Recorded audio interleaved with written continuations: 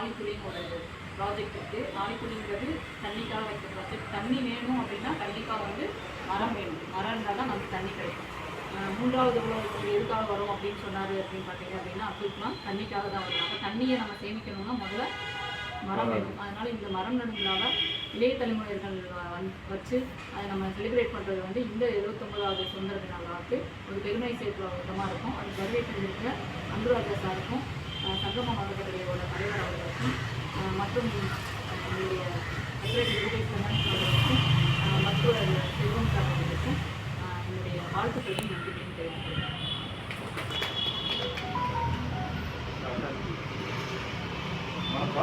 இன்னைக்கு 79வது சுதந்திர தினம்.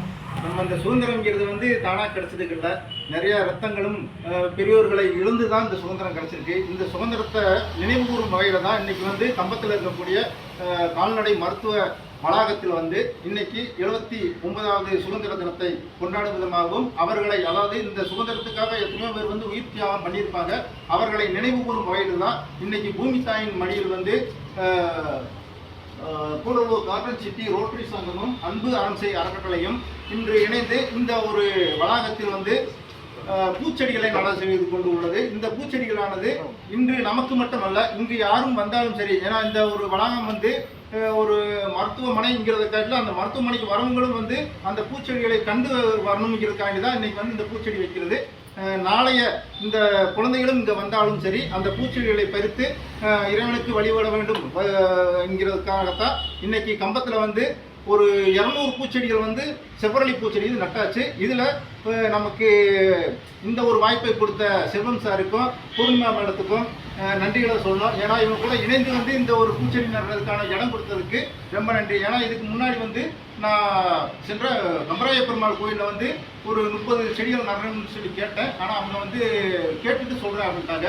ஆனால் அதுக்கு மேலே நம்ம வளாகத்தில் நம்ம நடுறது இன்னைக்கு சுதந்திர தினத்தை இன்னைக்கு நடக்கூடிய ஒரு செடியானது நாளைய வருங்கால தலைமுறைகளுக்காகட்டும் கண்டிப்பாக இந்த இடத்துக்கு வந்தாலே ஒரு பூக்கள் மாதிரியான மனசு வரணுங்கிறதுக்காண்டி தான். ஏன்னா அவங்க எல்லாருமே வர்றவங்கெல்லாம் மாடுகளையும் ஆடுகளையும் கால்நடைகளையும் பார்க்குறவங்க அந்த பூக்களையும் கண்டு இந்த இடத்துல உட்காந்துங்கிறதுக்காண்டி இன்னைக்கு செவ்வரளி பூச்செடி நம் வளாகத்தில் நடுவோம். நன்றி, வணக்கம். என்றும் சுருளிப்பட்டி அன்புராஜா, அன்பு அரசை.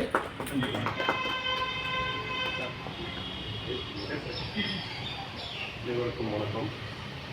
இன்றைய தினம் 79வது சுதந்திர தின விழாவை முன்னிட்டு ஒரு நல்ல தேர்வு நம்ம கால்நடை மருத்துவ வளாகத்தில் அன்பு அரண்சை சார்பாக அன்புராஜ் ஏதாவது ஒரு நிகழ்ச்சி அடிக்கடி பண்ணிகிட்டே இருப்பார்.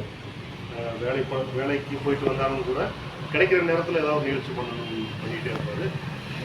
நேற்று கூட கூடலூரில் மருத்துவ முகாம் பண்ணியிருந்தார். அப்புறம் நெடுஞ்சாலைத்துறை அலுவலர்களோட ஒரு 200 அப்போதான் சார்ட்ட இப்போ கேட்டேன், சார் அங்கே சென்னையிலேருந்து பார்க்கும்போது அந்த அதில் ஃபுல்லாக இந்த மரம் தான் இருக்குன்னு. அப்போ தான் சொன்னார், இந்த வெஹிக்கிள்லேருந்து வர புகையெல்லாம் இது பண்ணி அப்சர்வ் பண்ணி நம்ம சுத்தமான ஒரு காற்று கிடைக்கிறது, இயற்கை இதாக இருக்கிறது, ஒரு சூழல் உருவாக்கணும்னு சொன்னார்.